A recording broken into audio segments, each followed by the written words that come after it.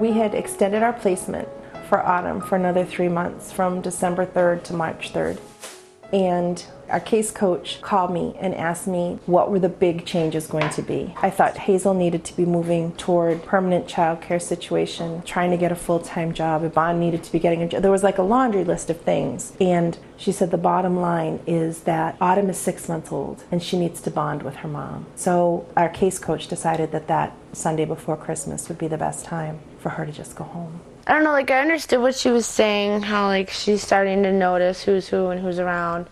Because I'd noticed, like, when she'd come over here and stay with us, like, sometimes she'd really, really cranky. It would almost seem like she was homesick. Like, she missed Jessica and David. And, like, that broke my heart because I'm her mother, and it was like she didn't want to be with me. And then it was 1 o'clock on a Sunday afternoon. I picked my husband up from church and we went over. The kids were overwhelmed with joy when she came home. I don't think they really understood that Autumn was coming home to stay. They just were excited because Autumn was here and there were so many people here, you know. They were just like, hey, cool, like, party.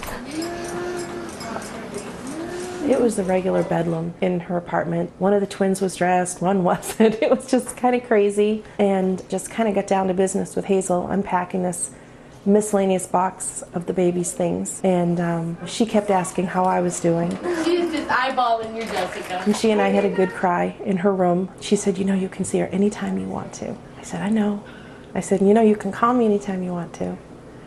She said, I know.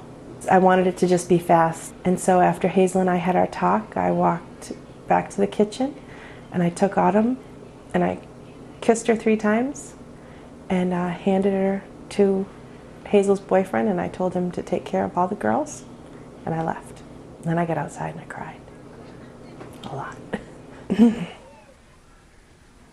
I could not sit there and take care of a child for days, weeks, months on end, and then just have somebody come back and take the baby. I couldn't do it. And that's why I definitely want to stay in touch, like family, with David and Jessica, because, you know, they've just done so much for us and for Autumn. It doesn't solve, you know, like, even though I'm not married, your marital problems, it's not going to solve that. It's not going to solve your financial situation, you know.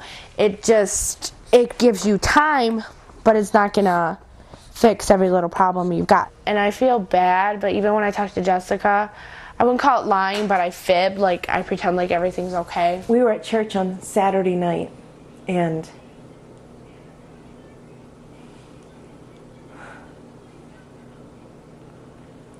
it was the hardest night I've had since she's been gone.